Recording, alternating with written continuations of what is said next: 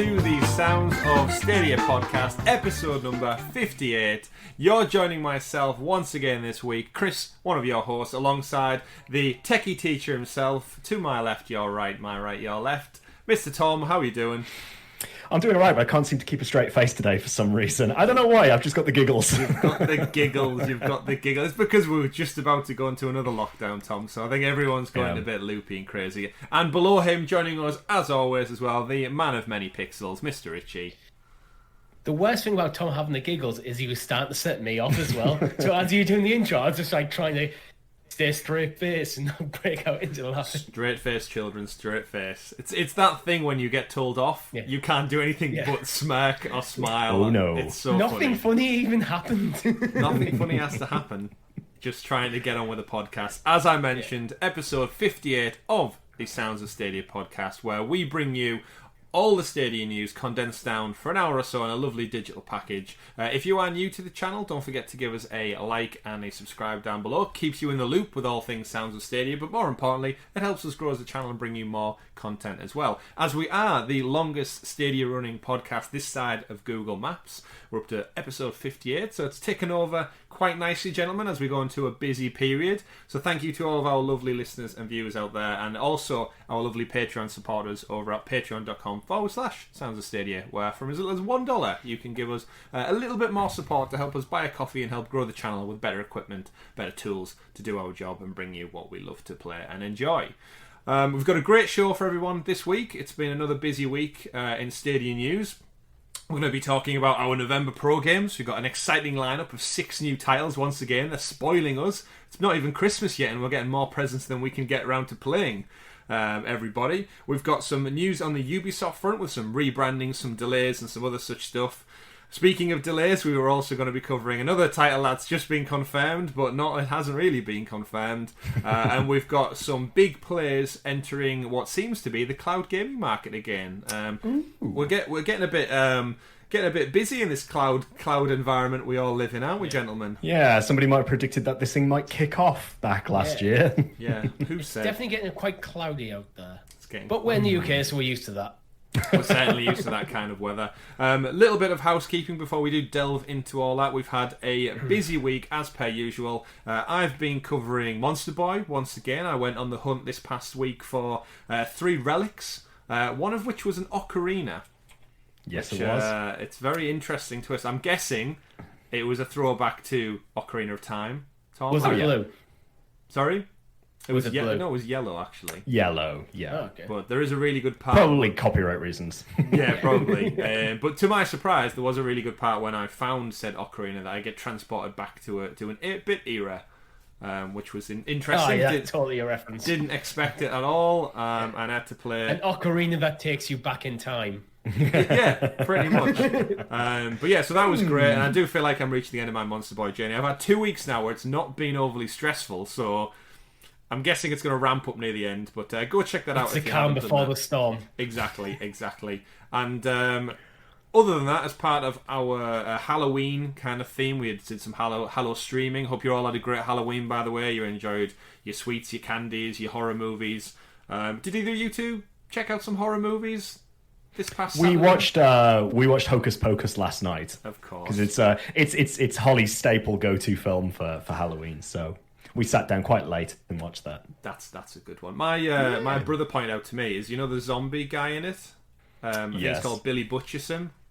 That's him. Not played by Carl Urban from The Boys. Billy Butcher. But I thought everything was played by Carl Urban. If only, but I did laugh. But that's clearly his dad. It's clearly his dad. When he pointed that out to me, I thought, could you imagine the zombie popping up in the middle of Hocus Pocus in a lovely child Disney movie and just using the language that Carl Urban throws about in The Boys? You witches, you're a bunch of... just go straight into it. How about yourself, Richie? Do you enjoy any pumpkins? No, I'm not really a big lover of Halloween, to be perfectly honest. It's fine, but I don't get into the spirit of it properly. I don't really care about the horror movies or anything. So I think the spirit's been lost a little bit in the UK simply because of lockdown rules and stuff like that, which it kind of takes the wind out of the sails a little. But it's unfortunate. The best part of Halloween for me was seeing my nephew dressed up as a pumpkin. That was adorable. Adorable. You love to see it. You love to see it. But no doubt it will be back all the stronger. But as mentioned, we did do some spooky streams. So me and Richie jumped in and played Zombie Army 4, which was nice and enjoyable. Lovely game from Rebellion, one of your pro games for months past. And I also played Little Nightmares. It's one that's been on my radar for quite some time from Bandai Namco. Finished the whole game in around about 3.5 hours. So I was quite pleased with myself because I think it was recommended about 5 or so hours. So got through all them puzzles with some help to the chat. There was a moment I did panic and think I was going to get stuck. I was a little surprised actually when you started wrapping that up because I was sat there I watched the whole thing paying like half attention while playing Baldur's Gate, and then I heard you wrapping it up and go, oh god, yeah, he's finished. But if you want to go see me play with a lovely character 6 in a yellow anorak, I too donned a yellow anorak, so if you want to see what that looks like, it's up on the channel. You fell out with her at one point. I did fall out with her because there's a twist in the tail which actually shocked me, and it made me I got rid of the anorak. You rage quit the anorak. Also, those cheap anoraks, they don't have to dig into your skin. But go check that out. Had some great things. So we had loads of horror action. Monster Boy, Zombie Army, and Little Nightmares. What 3 better titles can you have to enjoy this past Halloween? But we move on, actually, gentlemen, to Bonfire Night for us, or Guy Fawkes Night, or whatever you may call it. Remember, the 5th of November, which we will be doing a stream. So again, Thursday community stream. Will I be wearing a V for Vendetta mask? You'll have to tune in to find out. But other than that, topple up the Houses of Parliament. Yeah, sure, I'll try. Why not? I mean, yeah, I'll wear a really simple mask. The spirit of Bonfire Night is like we tried to blow it up. We attempted to. Again, it's just failed. Yeah. So I'll maybe wear a V for Vendetta mask. Tom, you've got a much larger job on your hands to get to work. Clearly. But before we get into all that, we are here predominantly for some Stadia news, some Stadia stories from the week in gaming. But we can't do that without the super sexy special Stadia story segment, aka the news. And what a week of news it's been. As per usual, this show wouldn't exist without the news. So, kicking things off, as we dive into November, a month from Christmas, gentlemen. It's crazy. I cannot get over the fact that we're less than 60 days away from not only Christmas, but the cusp of a brand new gaming generation and a ton of games. Starting off with some we will talk about later on, but more importantly, as every Stadia player knows, we get treated to a bevy of new games at the beginning of every month. And Stadia came out, and they gave us, yet again, 6 new titles. Well, new, as I would say, new 2 pro titles, I should clarify. But let's have a rundown of them and see what our feelers are, because I know some of us may be a bit sour about certain games coming to it, for better or for worse. Let's start off at the top of the list. We got Sniper Elite 4, which, Richie, it's from our friends over at Rebellion, who we've just spent the last Thursday playing Zombie Army, and we've all enjoyed some Strange Brigade. I'm starting to get a better understanding of what kind of game Rebellion put out. It's very, I don't want to say copy and paste, but their art style and the game dynamics are very much the same game, like just traded over. It's like how you can almost say, oh, that's a Ubisoft game. While the bridges different like genres and different styles, there's certain elements that are kind of persistent throughout. Completely agree. But what I do honestly think is I have never touched any of Rebellion's games before, because things like Zombie Army I've looked at and thought, oh, it's just a mock take on Hitler and zombies. It's probably not going to be really any fun. It's just a cheap game. Sniper Elite 4 always looked great with, like the crunch sniper shots when it goes through the skull. That's always looked really great as a hook, but then is there any subsequential gameplay to back that up? And then Strange Brigade, it kind of just came and went and I knew nothing of it. But thanks to Pro, I've played 2 out of the 3, and I will 100% be checking out Sniper Elite 4 now. And they're great fun. If you've not checked them out, they're great games. Tom, where are you sitting on Sniper Elite 4?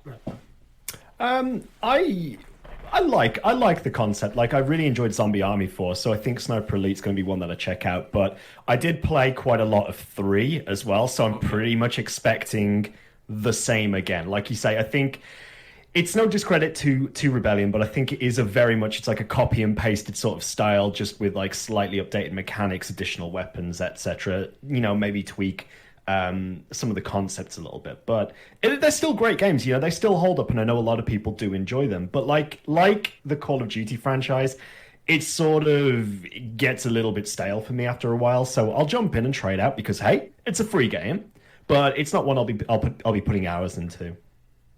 Yeah, I'm in a similar boat. I have actually already played Sniper Elite 4 because it came out last year on PlayStation Plus, and I jumped in.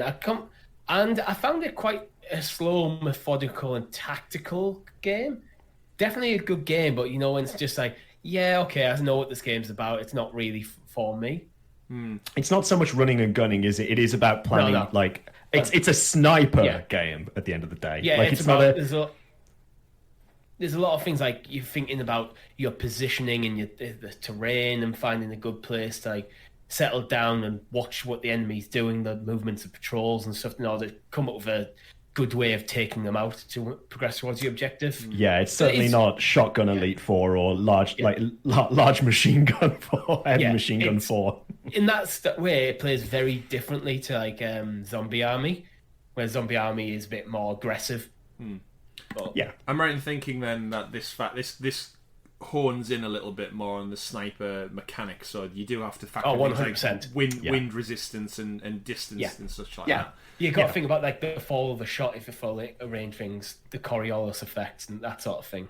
Oh, Coriolis effect. It's basically a sniper game. That's the core of it. So. Remember, guys, the planet is curved and gravity is a thing. And it spins as well. It spins like the rotating bullet from a sniper barrel. But that's not the only game we got announced for Pro, so I am excited to check out Sniper Elite 4. Is it full player? Like Strange Brigade and Zombie Army, or is this one solely single player? I've only played single player. I couldn't really. Likewise, because I've now been conditioned by 2 Rebellion games to presume it's just jump in 4-player co-op with friends if you want to. But I guess we'll find that out. Well, actually, they're free to claim today as of the time of recording, so we can check that out right now. The other game, though, Tom, I'm definitely going to come over to you for this one to give us a rundown of this. So, Risk of Rain 2, if I'm not mistaken, you purchased last month, or was it 2 months ago now? So it seems to be that I'm becoming a bit of a gauge for these pro games every month now, because at least one game every pro month has been something that I've purchased the previous month. So yeah, it came out at the back end of sort of like mid-September, I think, actually, going into October. And I picked it up straight away because it's a game that I really wanted to jump into. I did a first look video. We had a look at Sundered Grove, which, you know, you can check out on the YouTube channel if you want to get a taste for it in advance. I love this game. I really, really love this game, and I want to do a stream of this game with you guys now that you get it for free, because whether roguelikes are your thing or not, it is a good little third-person shooter that you can play with, and the difficulty ramps the hell up. You start off on an easy difficulty, and basically the difficulty of the game increases as time progresses as well. So like the longer you take playing the game, the harder it gets. And it goes from easy, medium, hard, very hard, insanely hard, and then it just keeps going to the point that the difficulty meter is just laughing at you. It's brilliant. And if you die, definitely worth it. You lose everything, right? Yeah, you do. So there's like random mechanics to it in terms of enemy spawns, the drops that actually come down. So like the drops will give you then less power-ups. There are some power-ups, but they're more to do with like building on your stats, like giving you increased crit chance, increased like bleed, making you shoot faster, making you double jump, run faster, and things like that. Okay. But you also have a variety of classes you can pick as well, and those classes each have unique skills to them. So there's a lot to do with it, and I think it has a ton of replayability. So go check that one out for sure. Certainly. Just as a touch on the Sundered Grove, so that's exclusive for Stadia, that particular element. Can you expand on that a little bit for anyone who's thinking about jumping into this one? Yeah, so Sundered Grove is actually one of the stages that you could draw for the 4th level of the game. So as you progress through the stages, you have a choice of 2 different zones. I may be wrong, there may be some that could be 3 different. But for the fourth zone, there is the Sundered Grove that is exclusive to Stadia. Whether it's a timed exclusive, I'm unsure. I believe it may be. I'm sure it is. I'm sure I looked this up before because I think someone was commenting on your Risk of Rain first look.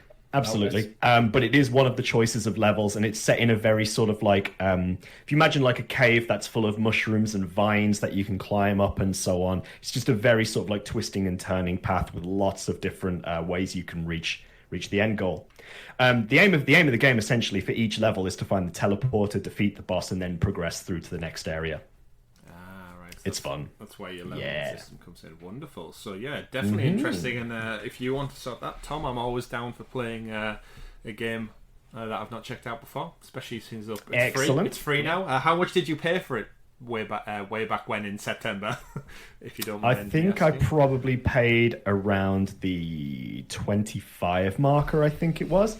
I have to double check, but I'll pull that up while we talk about the next game. Yeah, because this does go away to question for Pro. It's still conditioning me to not buy any game that drops under, I think, probably the 25 to 20 mark in terms of costing. Absolutely. Any game that's announced, I just look at and think, it looks cool, I'm interested in it, but if I just wait another month... even games like Celeste did it. I'm going to go ahead and make a prediction at this point. Considering my own purchase history, I am going to go out on a whim and I'm going to say December Pro games. What have I bought so far? Well, I've pre-ordered Pac-Man Mega Tunnel Battle. So I expect that's probably going to go Pro in December. And that game just screams and needs to be Pro. Yeah, absolutely. And secondly, I've purchased a much bigger title, Sekiro Shadows Die Twice. Whether that'll go Pro, I'm not sure, but damn, that would be a good one to get Pro. I wouldn't expect that because it's on sale right now. Well, anything can happen when it comes to Pro, Richie. Just like we keep getting more games. So we also got The Gardens Between, which is probably the least known title of the 6 that we're getting this month. It's a little I googled this game to see if it's actually a new game or not, and it's not. It's been out for a little while. Yeah, I think most Pro games are other ones as well. But it's a gorgeous puzzle game in apparently a rich and tranquil world that looks like you have two characters and you make your way through. It's a very pastel art choice, I think, for a lot of indie games. They go for an artistic style rather than a top graphic level one. But you kind of go around. It reminds me of Fez a little bit, but in a more 3D environment where you rotate around different varieties of island and kind of have to solve climbing and moving things. Again, very very puzzly. The interesting gimmick of this game is you don't actually control the characters; you control the world and the flow of time within it. Wow, that is cool. Okay, so, this is one I might actually jump into because I had a quick Google of it. I think it's about 3 hours long. Yeah, it's a nice single afternoon game. Yeah, there definitely seems like manipulating the time you kind of trigger stuff through it within the environment. But all the islands are very uniquely designed. So there's some with giant dinosaur skeletons on, some with a giant couch and television, and you kind of just jump between the worlds. But it won loads of awards, loads of plaudits, and it's nice to see it come to Stadia. So it's probably a sleeper game that probably a lot of people won't look to check out. But that's the great thing with Pro. They're just, once you've claimed them, they're there. They're there to go. We then, as promised, got the prequel to Hello Neighbor in what is now becoming the Hello Neighbor gaming cinematic universe of different titles that are joining the Pro fold. So Hello Neighbor Hide and Seek, which was promised back at the Connect in July, if I'm not mistaken, is coming out, and the trailer kind of showcases... I think it's Mr. Wilson, who's the creepy antagonist, I guess, from the Hello Neighbor series. It's back in time when he seems to have a family, and he seems to be a loving, adoring father of 2 children, and his wife's there, and something goes wrong, and they play hide and seek. Either of you two interested in this one, or is the Hello cinematic universe not really vibing with either of you two? I believe this one's the one that has very similar mechanics to Dead by Daylight for multiplayer as well. So jumping into it, if it is the right one that I'm thinking of, then I definitely want to give it a shot because I think that could be a lot of fun to play. I tried playing Hello Neighbor, a previous Pro game the other day, and I have to say the performance on Stadia wasn't brilliant. And I don't knock that up to Stadia itself. I knock that up to the actual optimization for the platform. But I'm hoping that they've sort of gone for something a little bit better with this one. How did you find the like introduction to the game, because I tried Hello Neighbor out on xCloud a few months ago when I was trying to compare it with Stadia and how it performed. And just the initial introduction to the game, I didn't really understand what I was supposed to be doing other than getting into his house. But it's very vague. It just starts you off in the middle of the street, and the house is there, and that's kind of it. You got to collect that ball. Go fetch that ball. Yeah, no, it's. I'm with you on that. I found it very difficult to get into, so I had to turn to a lot of YouTube videos to sort of get a general idea of what I should be doing, almost as if I was following like a walkthrough of how to play the game. But I think after a while you just sort of pick it up. But I do think there's a lack of sort of direction with it, or a lack of sort of tutorial, I suppose, more than anything. It's just sort of like, go here, do this, and then you're on your own, really. Figure the rest out yourself, you dumb shit. But it is coming anyway, this new one. And like I said, I believe out of the entire game series, we've got Hide and Seek, which is the Dead by Daylight inspired kind of go look for them, hunt them down. Hope maybe not kill them as such, like in Dead by Daylight. I can't see organs being ripped out and spines being broken when it's two children running around a house. We've got Hello Neighbor 2 announced but not confirmed for Stadia yet, and then we've got Hello Engineer, which is coming first on Stadia. Which is apologies, I need to make a quick correction. No, Hello Neighbor Hide and Seek is not the multiplayer one. It's Secret Neighbor, which is the multiplayer version. There's another one. Yeah, there is another one, which has also being announced for Stadia, I believe, quite a while ago. They're all in on this IP, aren't they? Wow. Yeah. Do you think maybe it's just kind of their plan is to just flood the industry with so many titles that people think it's a great thing because there's so many? Yeah, no, you were absolutely right. So my apologies, just before we move on. Hello Neighbor Hide and Seek is the prequel to Hello Neighbor. It is not the multiplayer one. Is it a prequel? That is Secret Neighbor. It's a dramatic prequel, it's listed as. Yeah, because he's got a family and kids in the trailer for this one. So it's pre all the problems that went down in Hello Neighbor. But this is the problem. So it probably fills the gaps, yeah. This is the problem when you create a cinematic universe of games. You need everything to line up, otherwise it's going to end up looking like the DC universe instead of the MCU. All it was is, I was reading that it's a sequel to the game, but I'm guessing it's a sequel in the sense of this game came out after the original Hello Neighbor, rather than this is the setting. No, it is most definitely a prequel to the main game. Yeah. Star Wars does. See how confusing it is. Like, I'm already confused. It's Borderlands. It's like the pre-sequel is what it should have been called, which is it's a daft name, but it's an apt name for what it is. Yeah, you know what you're about. That it's like, oh, the pre-sequel is the step before the sequel. Yeah, it's still ever confusing. But just to confuse things even more, then we got more pro games. We got Republique from Camouflage, who are a French studio, who I believe who've just recently put out the Iron Man VR game, which is fantastic. Obviously not on Stadia, you need a VR headset for that.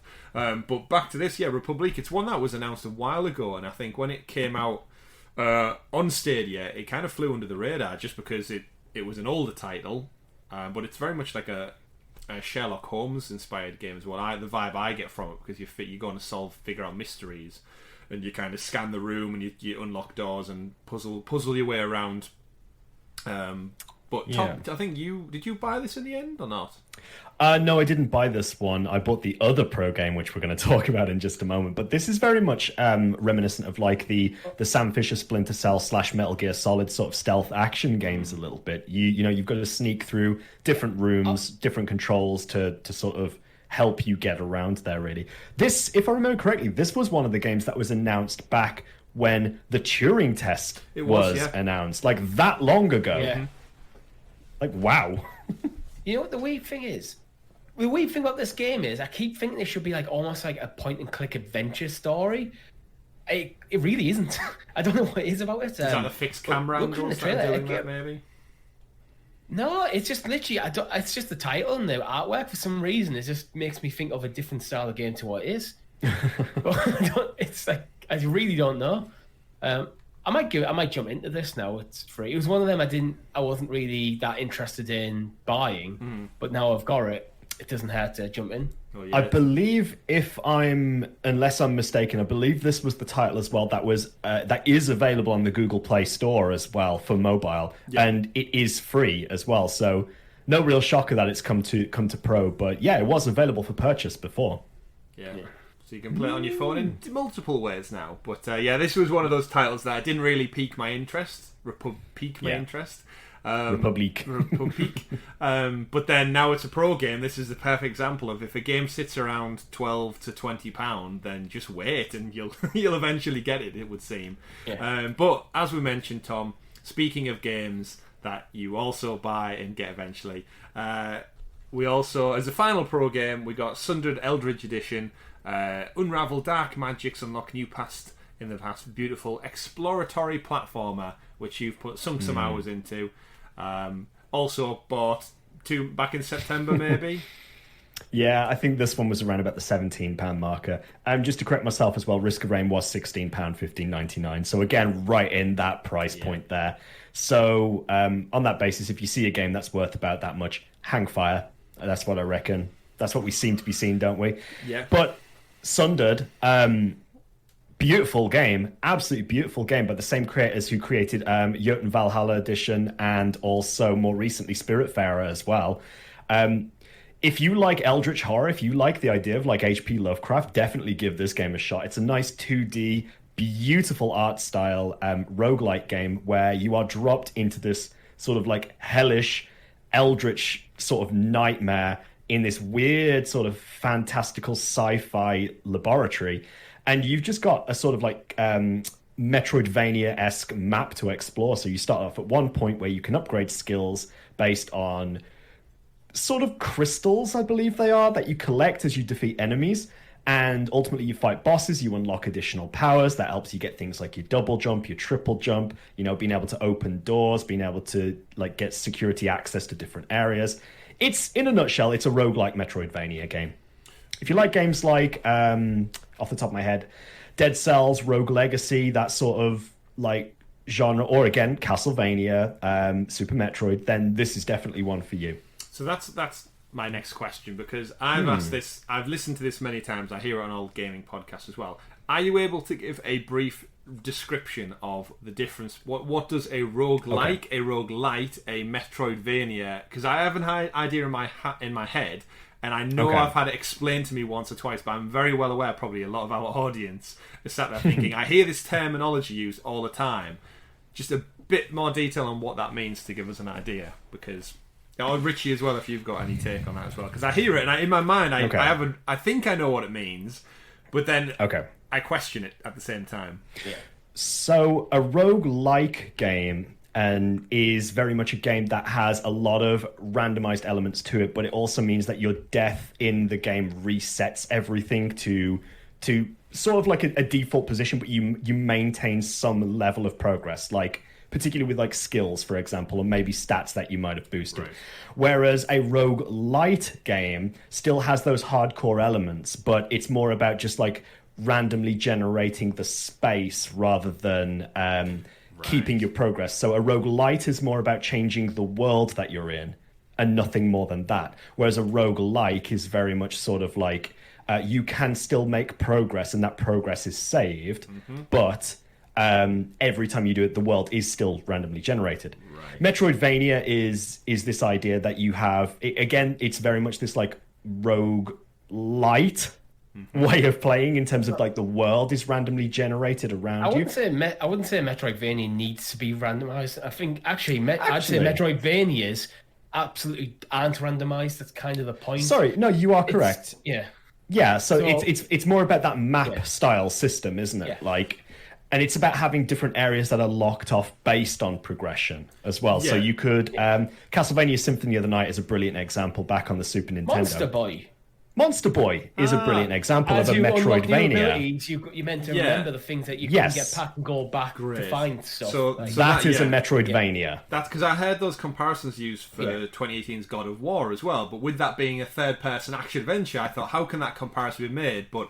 Yeah, it's about the more weapons and skills you unlock, they mean you can then retreat back to previous areas where things were locked off, but you now have like a fire arrow that can burn parts down, so you can now access a different element of the original. Or you've got a grappling hook that'll allow you to climb to a different area. In fact, actually, I think that'll let you open a blue door. I think a lot of games in this day and age tend to include some sort of Metroidvania-esque element to them, and I think it's just a good way of sort of allowing people who want to 100% a game go back and, sort of like traverse through areas that are long forgotten. Like, I can't remember in God of War how long it took me to get all the way back to the very beginning of the game, to the house, to be able to collect one collectible that I didn't get the first time around. But that's one of the negative sides to it. But personally, I love Metroidvania. It's a great concept. It's definitely something that was quite often. Quite often you unlock quicker routes back, so you might go through a long stretch to get to something, and then almost instantly jump back because you've got the tool to get through that door. You knock a ladder down. It's like, now you can just climb up and down really easily. It happens. Actually, thinking about that, there's a lot of the Tomb Raider games do as well, where there's those rope barriers you can see and you can shoot at, but you don't unlock like the winch until later on in the game to pull the whole thing down.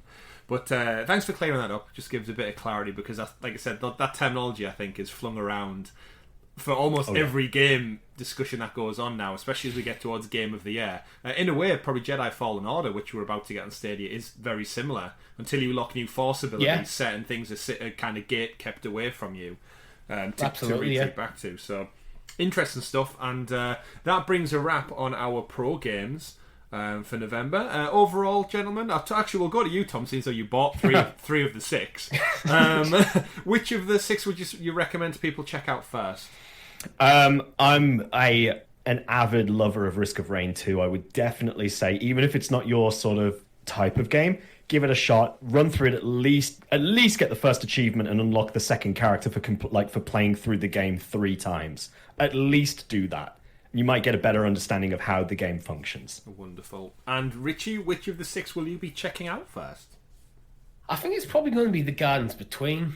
I'm not massive fan of like roguelikes or roguelites. So I prefer to almost have like a clear end point to my game. And that's probably one of the few, other than like Sniper Elite, that does have that kind of clear end point. And I'm just not really interested in the Hello Neighbor series, to be honest. Not even if they bring out another... What genre of game would the Hello Neighbor cinematic gaming universe have to do for you to really get into it? Hello Neighbor. A kart racing game? Kart racing, that's exactly where I was going. I don't really know. There is no like real reason I'm not interested. I look at it and go, I think I'm the same, yeah. Like... But maybe if it adds some roguelike like Castle Metroidvania elements into it. Oh, man. Just like this podcast. Now you've listened to over half an hour. If you go back, every other word this is a roguelike podcast. You can unlock different things.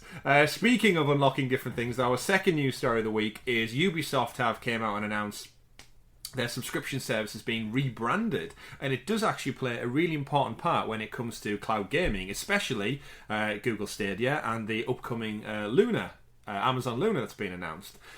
So Ubisoft have had a couple of things that they've been doing for a while, and we discussed on last week's show. They announced Ubisoft Connect is going to cover all gaming platforms, and it's going to help unify all of your game saves across Assassin's Creed, Watch Dogs, The Crew, whatever it may be. Your file save and progression will go with you, which, as someone who utilises Stadia quite a lot, I'm looking forward to all my save files being everywhere, so I can play it wherever I want to go on any Ubisoft title.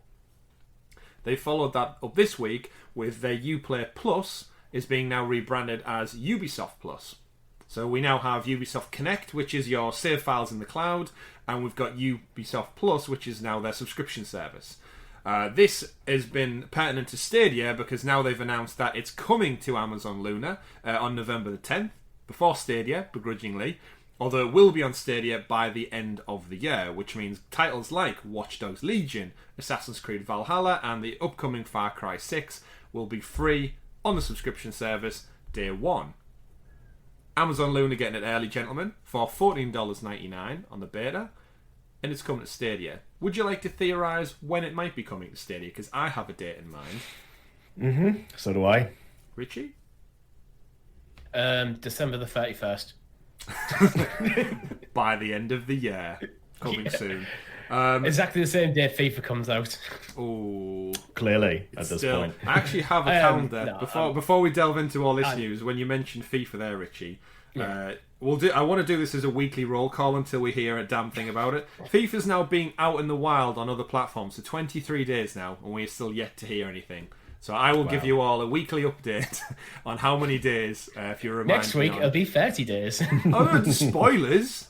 Spoilers, Richie. The audience can count, Chris. They Spoilers. can count. Yeah, but you're ruining our Metroidvania plan here. Yeah. But yeah, so gentlemen, Ubisoft Plus, it makes sense to kind of realign the branding, in my opinion. I think having all these different things, it adds more confusion to the mix. Amazon Luna, I've seen a lot of stuff on Twitter about people bemoaning the fact that it's coming to Amazon first, and some people discussing that this is Amazon putting their money where their mouth is and throwing it around. We've got to remember, this is still only in beta in one country, albeit a very large country. It's still not really hitting the demographic that, one, pertains to us in the UK, but also the other 13 countries that Stadia is in. Because again, we have a lot of content creators, even in like Canada, who they don't have their hands on this yet. We've got our friends Rock and Duncan who are doing the Luna podcast, who don't have access to it yet. So, is Uplay Plus coming a couple of weeks early really that big of a deal? I don't think it is. Do you mean Ubisoft Plus? What did I say? I think Uplay Plus. yeah, they're doing. Well, I think we're all kind of probably in agreement here that we're going to expect something, announcement of date or something around Stadia's birthday. So it's really not going to be a long time between them. That's 9 days, Richie, by FIFA 9 days. So in terms of the games, I think the big question is $14.99 is what they're going to add on top of that. Most likely that'll convert to probably £30 UK. I'm joking, the currency rate's shockingly bad for us. It'll most likely be $10 to £12, I would imagine. I expect $12.99 is probably going to be the price we see. Yeah. Does this sway you to hold off from buying things like Assassin's Creed Valhalla, Immortals and such for the subscription model? Or are you guys all down for just buying the game outright?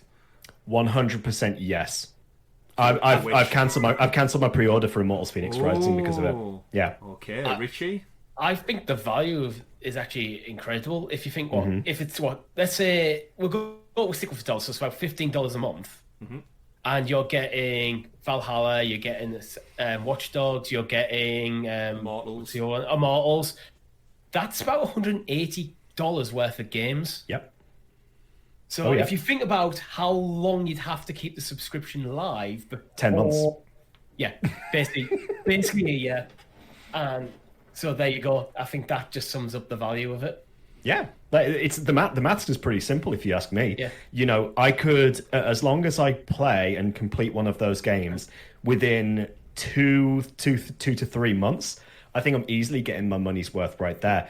I think one thing that that I really need clarity of first before I do make the decision ultimately.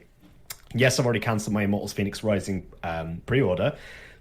That is what it is, but the timing of this announcement is perfect for me if you say that.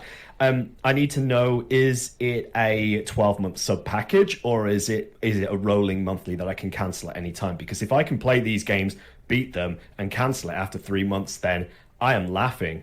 Absolutely. My assumption on that would be that it's the fact that it says the price is per month, not per year. That's how it's been quoted, is that you would have rolling monthly. Yeah. I actually hope there is an annual pass which nets out a bit cheaper, because that's how I've always paid for things like PS Plus and Nintendo's online offerings, where I'd prefer to pay upfront for a year, and you usually save like 2 months worth of value. So it works wonders. That goes for Stadia as well. I'd love that. I'd love to just pay for a year for my price.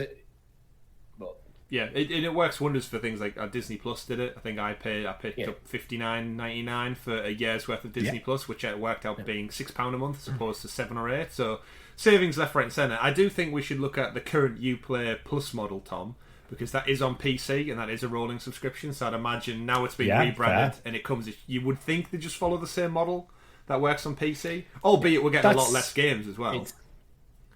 I think the other thing that we should actually look at and consider here as well, and that's a very good point there, Chris. So I think that pretty much persuades me right there that the decision is correct.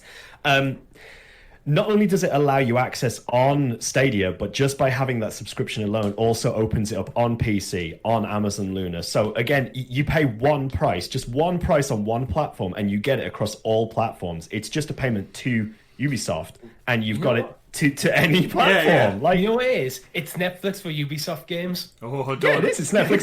He's done it. Look, that's it. That's all it is. Can we say well that? done. We know how bad that damaged Stadia's image. Yeah. Yeah, the question... Yeah, but that was just people getting the wrong end of the stick. True. This is like... the question that I have, though, is someone who's not really used Uplay Plus. Or, I'm assuming that you get only the base version of the games. How does that work in terms of things like DLC? I don't believe you do. I believe you get the gold edition of the games. Yeah, really? They have said, the gold edition. They have stipulated certain DLC and seasonal content will be extra or separate, but they've not clarified that just yet. But as far as I'm aware, yes, it's the gold edition. So you get season. $60 valuation of each of the three titles I mentioned is completely wrong. Then you're looking more like $80. Mm-hmm. Absolutely. I mean, if you just run through some of these games very quickly, I'm just going to list maybe 5 of these off the top here. Anno 2205 Ultimate Edition, Assassin's Creed Syndicate Gold Edition, Assassin's Creed Origins Gold Edition, Assassin's Creed Odyssey Ultimate Edition. You know, I mean, you look through this list of games, and I'm looking at the Ubisoft the Ubisoft Plus list right now, and they are very clearly deluxe editions, gold editions, ultimate editions. They're not bog standard editions. The Division Gold Edition, Division 2 Warlords of New York, which we already have on Stadia, Ultimate Edition. You get access to that with Ubisoft Plus, so you don't even need it on Stadia with Stadia Pro. You can just get it through Ubisoft Plus. Yeah, like this. What? The value is insane, and I think another a point to this we should really drive home the message if anyone is on the fence about it and who maybe isn't a pro. I know we've just talked about the pro games. They have clarified as well as part of the press release that you do not need Stadia Pro to have the Ubisoft subscription to Ubisoft Plus. So that genuinely means all you need is a Gmail account and the Ubisoft subscription to play Assassin's Creed Valhalla Gold Edition for $15 a month. And again, no console. You don't need to go drop $400, $500 pounds on a brand new expensive box. Just use the equipment you've got now to play the latest games, and then when you're done with the game, cancel your subscription until the next big thing comes along. Yeah, the one thing I do want to touch on quickly before we move on is, yes, Amazon Luna and Stadia don't get the full library compared to PC. Mm-hmm. That is most likely just a temporary situation as the game's getting ported over. No, definitely. 100%. Although, I would like to quickly segue to an article story I dropped in. Did you guys see Ubisoft also came out and said that Assassin's Creed Syndicate will not be coming to PS5 with backwards compatibility? Yes. So it's weird. Yeah. It's just it's a funny moment we find ourselves in as Stadia fans that, albeit Assassin's Creed Syndicate is an older game, it's a great Assassin's Creed game in my opinion. Jog around in merry old London is Evie Fry or Jacob Fry. It's the first game with a female protagonist. They came out and said a list of these games will not be featured. And it was like the Assassin's Creed Chronicles games, but yeah, Syndicate. Now they've since took the article down, probably because Sony have came no doubt with their lawyers and said, "Hang on a minute, we've just promised everyone, albeit 10 crappy games are not going to be on PS5. Now you're telling us a big Assassin's Creed title isn't backwards compatibility." So I think they're worried from their marketing side. But is this the first time we're going to have a game on Stadia that's not available on Sony consoles? I just think it's an interesting That's a shocker, isn't it, really? Not that people are really out there clambering for Assassin's Creed Syndicate, but I think it's an interesting take. I've always got the impression, though, with Sony that they're being almost forced into having backwards compatibility on PS5, and it's not something that they kind of really care about themselves. Mm-hmm. I mean, they look at the stats. So I don't know. I'm not that surprised that occasional games are just going to drop through the cracks. Yeah, and this is kind of the great thing we've said time and time again with Stadia, but everything's future-proof. Like when Syndicate is on Stadia, it's there in the cloud. There is no backwards compatibility thing that needs to exist because it's there. It runs on Stadia, wonderful. So thought I'd just throw that in there because I think it's an interesting thing. A game that I've put many hours into is due to come out on Stadia soon, especially as part of the Ubisoft Plus subscription. It's wonderful. So great things. I think we're all in agreement. We're hoping to hear an announcement in line with Stadia's anniversary on the 19th of November. So we've only got 18 days to go by today's recording count. So that's like just over 2 weeks. And now I have some decision making to do because I, like you, Tom, have the Immortals pre-ordered down. I'm big on Valhalla, but now we're in this weird waiting zone once again where we don't know a date for release, and Valhalla comes out in 9 days' time. I've got to admit, I'm sort of questioning the analytical data at this point and how it actually affects things like analytics, because if Ubisoft want to sort of like gauge, I mean, you know, when they make announcements saying like, oh, Immortals has gone gold before the game has come out, and then all of a sudden, Ubisoft Plus, cancel. Oh, right, Immortals Phoenix Rising is no longer gold. Like, how does it affect the sales? Yeah. Like, that's what I want to know. It's huge, in my opinion. I mean, I'm guessing the fact that Ubisoft Plus is a thing, I'm guessing is because they want people to use that service. They think they can make more money out of it than just selling the games outright. So I don't think Ubisoft care. I don't think Ubisoft care, to be honest. As long as you get the game, they get your money. It's again, if they've crunched the numbers and they've got analytics from the likes of Netflix and Amazon Prime, because they all share the algorithms and stuff, and Google know all about it as well. If they can see a subscription model having a longer term gain, they're happy to eat the loss almost, because I think this is the model that a lot of companies pretty much strive for. Look at Microsoft doubling, tripling down on Game Pass. They've just spent, remember, $7 billion on acquiring Bethesda just to make Game Pass the most valuable proposition going in the kind of subscription gaming market. And I think they're succeeding because they've came out and announced their subscriber model's gone up tenfold, and if they can retain that beyond the price of a one-off title of a game, like $60, that's 6 months. If they keep you on for half a year, long-term wise, that's clearly the pot at the end of the rainbow they're all looking to get to now. A lot of it, they might actually make less money overall, but I think it actually is a lot to do with probably risk management. When you're putting a lot of money in development of a game, when a game like Assassin's Creed comes out, you're going to see a massive spike in revenue, and it's just going to fall off after that. But if the game flops, if it reviews bad, then you don't get that spike as high as you want. Where this gives you a stable, constant revenue stream, which I'm pretty sure the investors will love. And with subscription models, I think it always lends it to just the lazy consumer, which I am, because I sign up to something, I subscribe, and then because I can't be bothered or I forget to click through, 2 or 3 links to unsubscribe, it stays there for that extra month at a time, and then when I go to unsubscribe, it might be a case of, right, I've played all those games, don't need Ubisoft Plus anymore, but in 3 weeks there's that title I might want to check out, so I'll just leave it. And then I want my payment synced at the start of the month as well, so I don't want and it happens. But funnily enough, speaking of things going gold, Tom, and things being delayed, we brought news to you 2 weeks ago that Cyberpunk was coming to Stadia on November the 19th. It was confirmed. We were thrilled. We were over the moon. And then CD Projekt Red have came up with a press release. Unfortunately, it's been delayed for the 4th time. It's no longer coming on November 19th. It's been pushed back 21 days to December the 10th. I mean, it's coming to Stadia on the same day, so I'm happy regardless. As long as we're not delayed from the rest of the competition, that was my biggest bugbear. But at this moment in time, there's that many games to bloody play. You can push it back to next year for all I care at this point. They seem to have just a commitment that we're going to launch it across all platforms at the same time, and some of them aren't quite where we want them to be, unfortunately. And oddly, actually, it's the current generation of consoles that's holding it back. Yeah, it's a bit crazy because if you take to social media platforms, like the amount of finger pointing that went on after this delay is insane.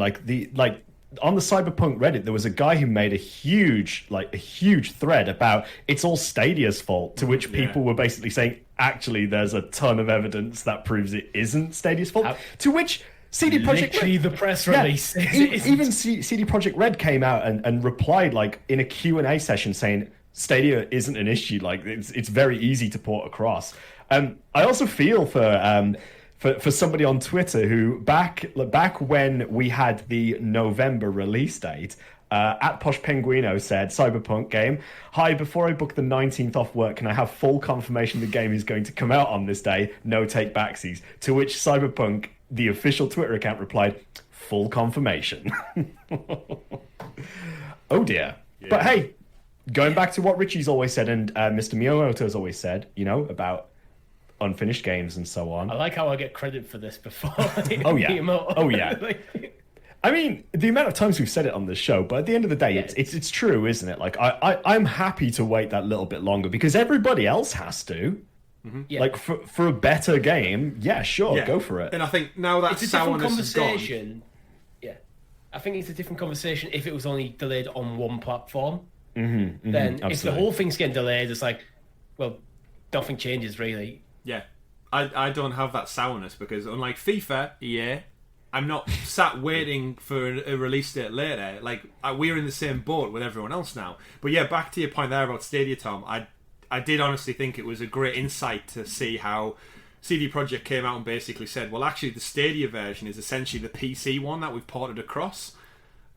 So that's great. That's a great insight into the version that we're going to get, because the PC one is usually regarded as the best anyway, in terms of performance and such. Well, I think porting the PC version is always going to be the smarter approach, in my opinion, because the PC versions tend to have a lot more settings in terms of adjusting your graphic settings and stuff.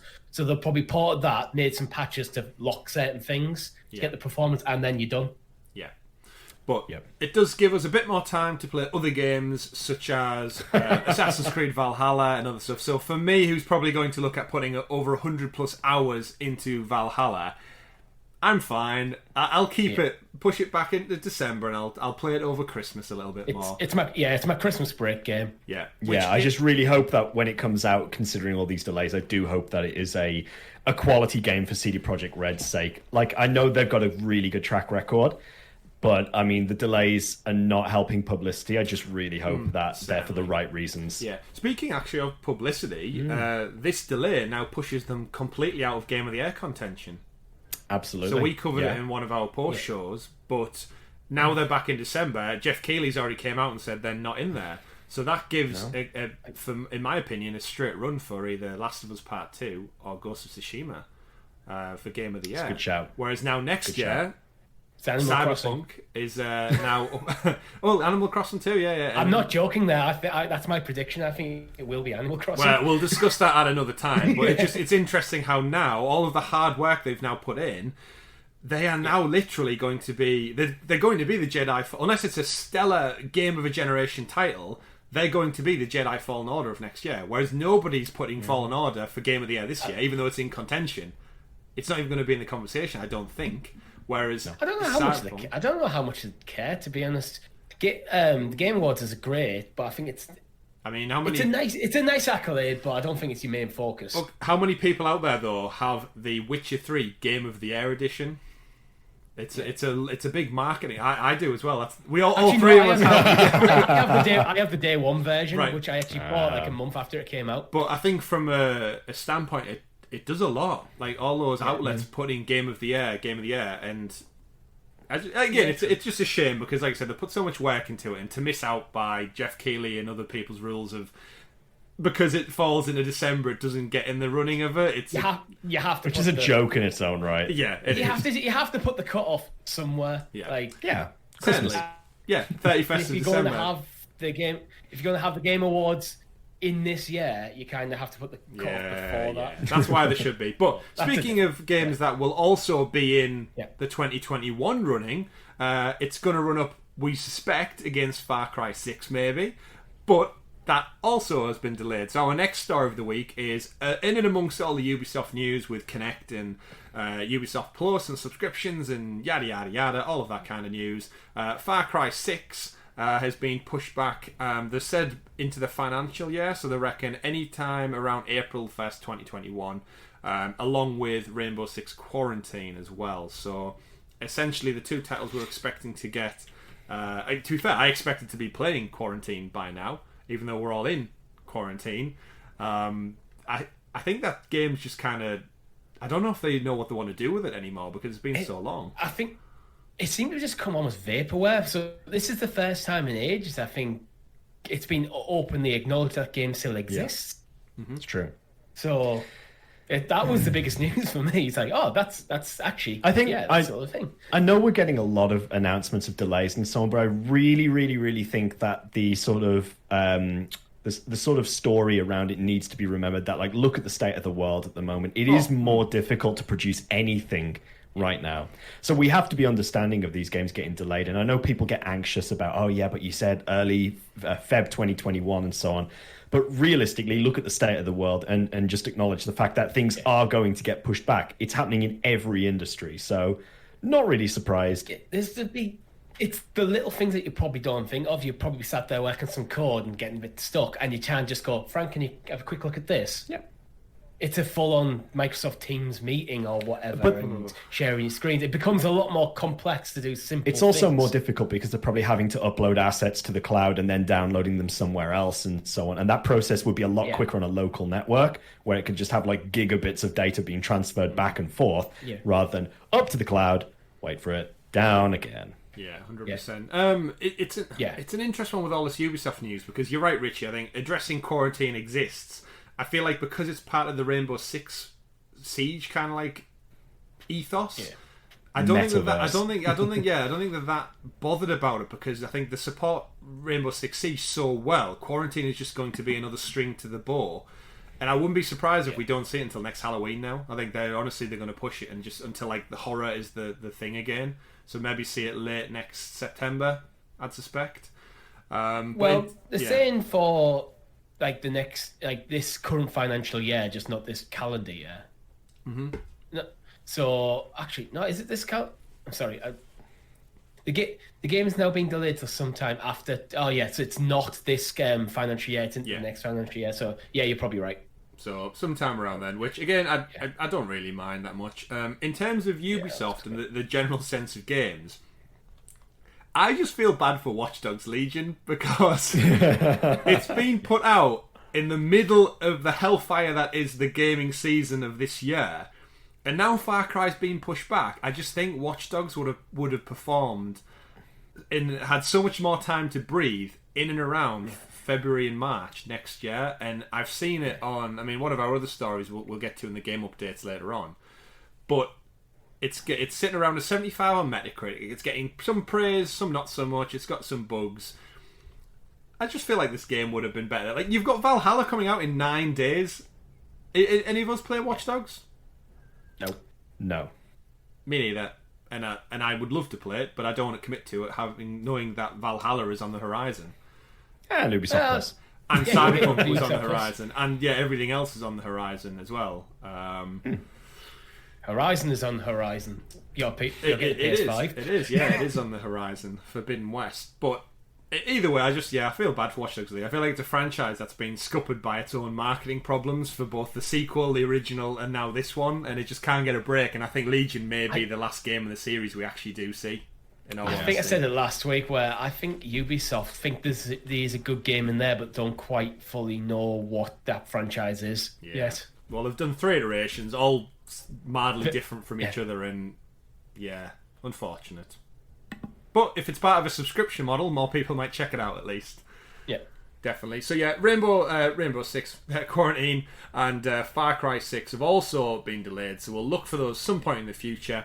No doubt we'll be talking about that on future shows. The next story of the week is I want to combine the two really. We've got 2 other players in the industry and making the leap into cloud gaming. So out of nowhere, Nintendo, of all people, dropped a lovely Nintendo Direct Mini on us and announced that Control, last year's Game of the Year for many outlets, is on Switch via the cloud.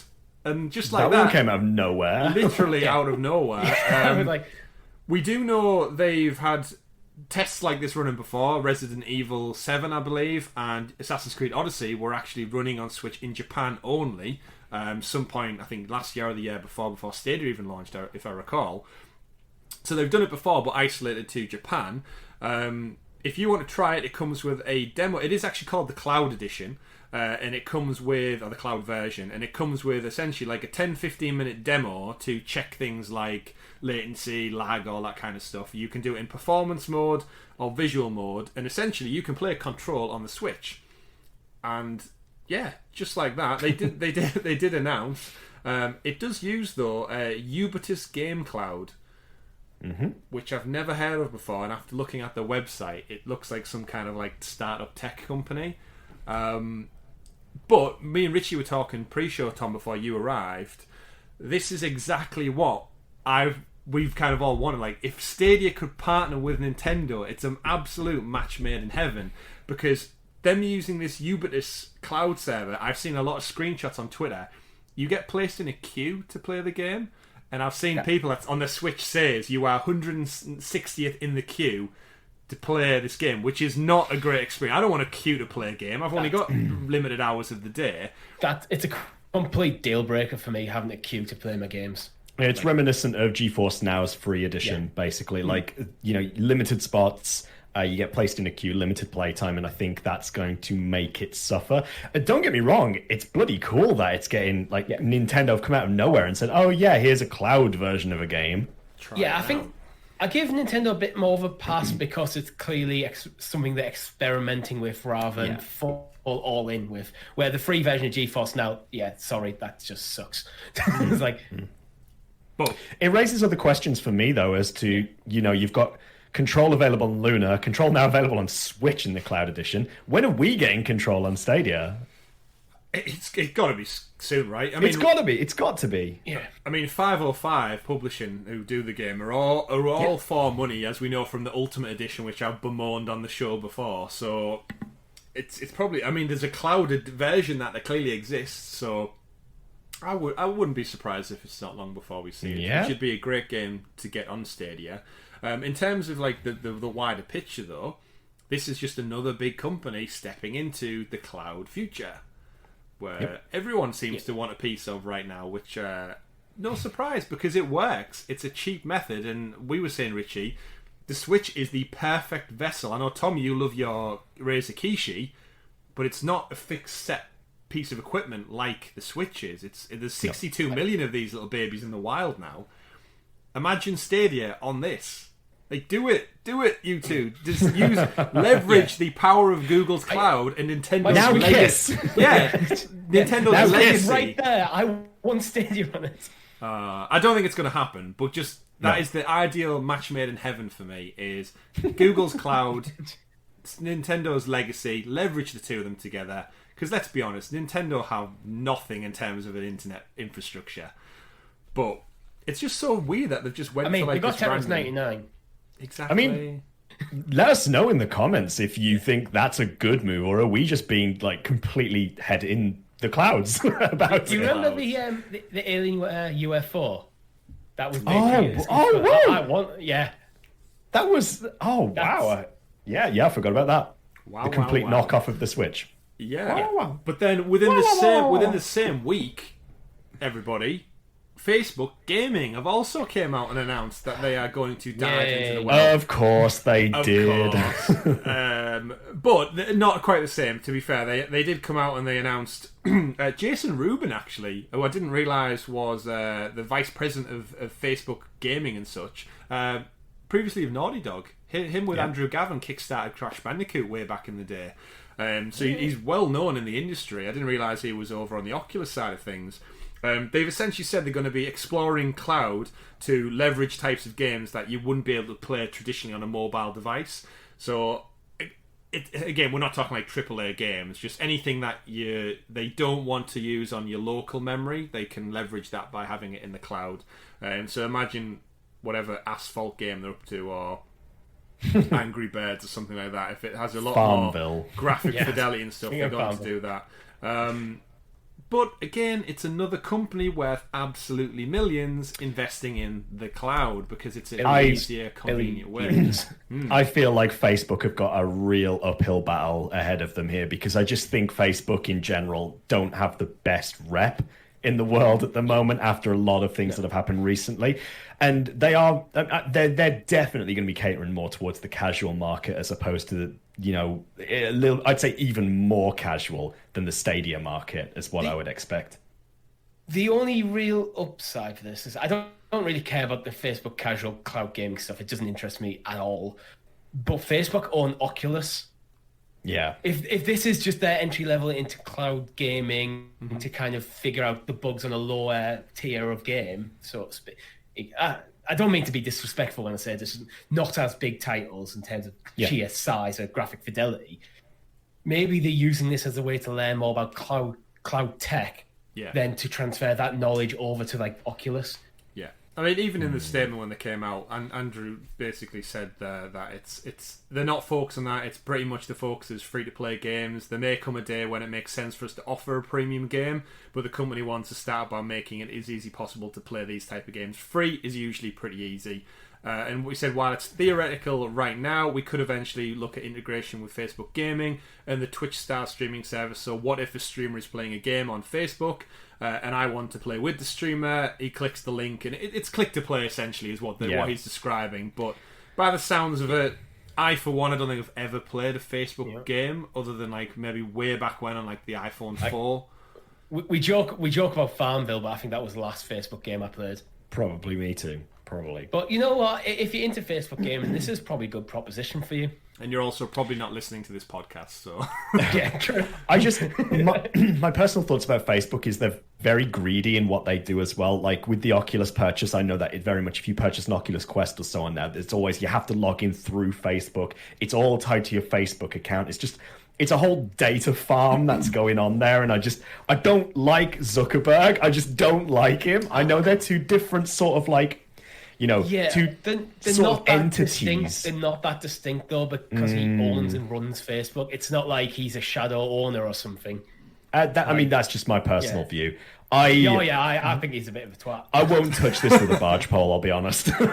Well, we're all ran and funded by crazy conglomerate, crazy things at the moment. I mean, just look at Google and Apple and Amazon and everything. The world is ran by people we never really see.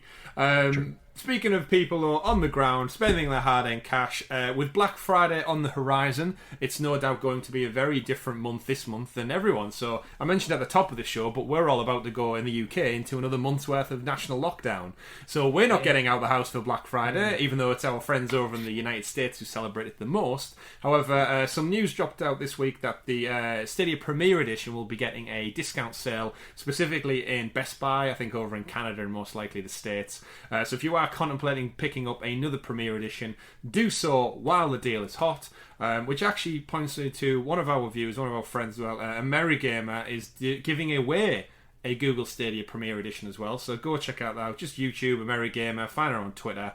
He's also in some of our comment sections on our videos. But yeah, if you are in the States and you are keen on getting Premier Edition but don't quite want to wait till Black Friday, head over to his channel, check that out, because he's giving one away. The crazy man. I know we give a Google Nest away, but there's 3 of us, there's only 1 of him, so go check that out. Go check his video out and support your YouTube Stadia content creators as well. And certainly, giving one away. All of these deals, though, we will most likely see. I'm guessing Google go quite big on Black Friday. They did last year. Even though Stadia was quite new, they do it on all like made by Google products. I think I picked up a couple of home speakers and such. I wouldn't be surprised. In line with the birthday, I really suspect the Premier Edition is about to get changed or rebranded. I think if the Ultra's going, and they're dropping the price by a good 25% almost here, I think they're shifting stock, gents. I think there may be something new on the horizon. I think that's something I kind of theorised with the announcement of like the new Chromecast with Google TV. Is like, let's transfer all of our old Ultra stock over to Stadia. And drop the price, and we'll shift all the stock and get more people on the platform. So it's kind of a win-win. So Chromecast with TV is possibly going to be bundled in, and maybe more Stadia controller colours, Tom? They need to hurry up and pull their finger out, because I'm still waiting for my Chromecast with Google TV, and I only ordered a couple of days after Richie. Yeah. I've had mine for a couple of weeks now. Yeah, so come on, Google. Where is it? Oh, well, interesting. But yes, I'm with you. So interesting stuff. But that brings us to an end of our news segment. I'm going to throw it over to Tom now to give us a rundown of our... It's not a news segment, but we usually fold it into the news. But I think we all agree we wanted to segment any game updates and releases that are currently on Stadia for you to check out. So, Tom, give us a quick rundown of what's live and happening in the world. Absolutely. So Richie and I are just going to quickly run through game updates and releases. So as you know, Sekiro Shadows Die Twice is now available on Stadia. You can purchase that for $32.49 on Stadia Pro right there. Great first price right there. Watch Dogs Legion, we've already talked about, as launched. Pricing starts from £59.99 and goes as far as £90.99 for non-pro members, depending which version you get. Definitely. PUBG Highlands Edition also dropped completely out of nowhere, as far as I'm aware, for Stadia Pro as well. So if you want to get on that new Battle Pass for the new season, you can pick that up as part of Stadia Pro, completely free. Have you claimed it? Borderlands. Yeah, I've claimed it. Me too. Oh, actually, the first time I saw it was when I was claiming it. I was like, oh, that's I'll have that. Free stuff. Borderlands 3 has released its new season pass and the new Ultimate Edition, not to be confused with the Super Deluxe Edition, the Next Level Edition, and the Standard Edition. So those on the Super Deluxe Edition don't get season pass 2. So you'll have to upgrade. Right. Yeah, thanks, Gearbox. And finally, as always, again, expect these on the week, pretty much. But Baldur's Gate 3 has had a community update and a new patch drop on Stadia as well. So you can go over to Baldur's Gate 3, check out Larian Studios' website, and find out all of the latest info on the newest patch updates right there. Wonderful. So more games, more news. Everything's happening. It's so busy. It's such a busy time to be a gamer. It's absolutely crazy. It really is. It really, really is. Yeah. But a massive thank you to everybody out there right now who's tuning in for our podcast every week. We do try and make a nice little show for you all. So huge thank you. Especially, again, double thank you to our patrons out there. If you do want to write into the show with your questions, with any comments you've got for us, any feedback, we are still growing. We're on the cusp now of 700 subscribers, gentlemen. So we're on the road to 1K. Wow. We will get there, but we couldn't do it without your amazing support. And we do know over probably 400, nearly 500 of you tune in across both YouTube and our podcast services, because we don't really talk about the audio podcast, but well over 100 or so of you tune in and listen to that on podcast services. So thank you very much for that as well. All the likes and subscribes that you give us, it just really does just helps energize us, I think, bring you the best show that we most possibly can. So. Absolutely. And if I might add at this point as well, did you know that we have a Discord server? Because we spend quite a lot of time chatting to our community on there as well. So if you want to get in and actually speak to us, like outside of the podcast, or speak to the other people who who do listen to this as well and are part of the Stadia community, then make sure you check out the Discord link in the description below, because we want to see you on there.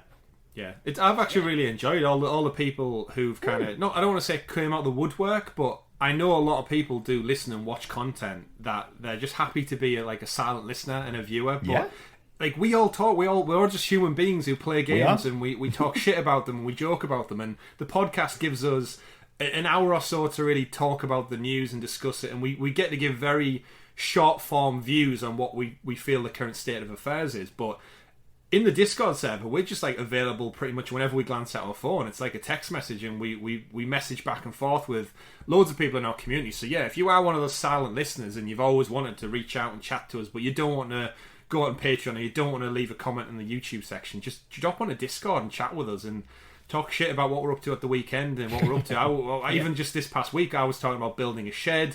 We were joking about Halloween. We do riveting content. Yeah, riveting. Well, it's not even content. It's just getting to know us as human beings, because that's where we all are. We will make mistakes on this show. We will. That's why I have a retcon ritual segment. But we've done this for over a year now. We said when we did our anniversary stream, it's all great laughs, and just your support makes us keep coming back at this week in, week out to bring you, like I said, the best content we possibly can. So don't forget to like and subscribe down below. Share it with your friends. Help us grow as a community, because we are all still very new and young to this. But that's it for the show this week, gentlemen. Episode 58 in the bag. Remember, we do have a post show as well. We're about to break for a brief moment and head over and talk about this week's topic, which is, will cloud gaming overtake console gaming eventually? It's a tasty subject, which the news today actually pertains quite well to that, because we're going to be discussing Amazon Luna a bit more, Nintendo Switch going cloud, Xbox Game Pass, Stadia, and all things in the cloud. But some interesting stuff to talk about. So check that out this Friday, and if you're a Patreon member, you will get it as early as Monday, or even Sunday sometimes, depending on how quick the damn video renders. But thank you very much. You might have watched it before listening to this. You may have done so. But thank you to everyone out there who's listening, tuning in, subscribed, watching along. It really does mean the world to us. My name's been Chris. I've been Tom. I've been Richie. With a slight delay. Thank you for tuning in. Enjoy the show. Have a great week in gaming. Take care. Goodbye, everyone. Goodbye. Bye. Bye.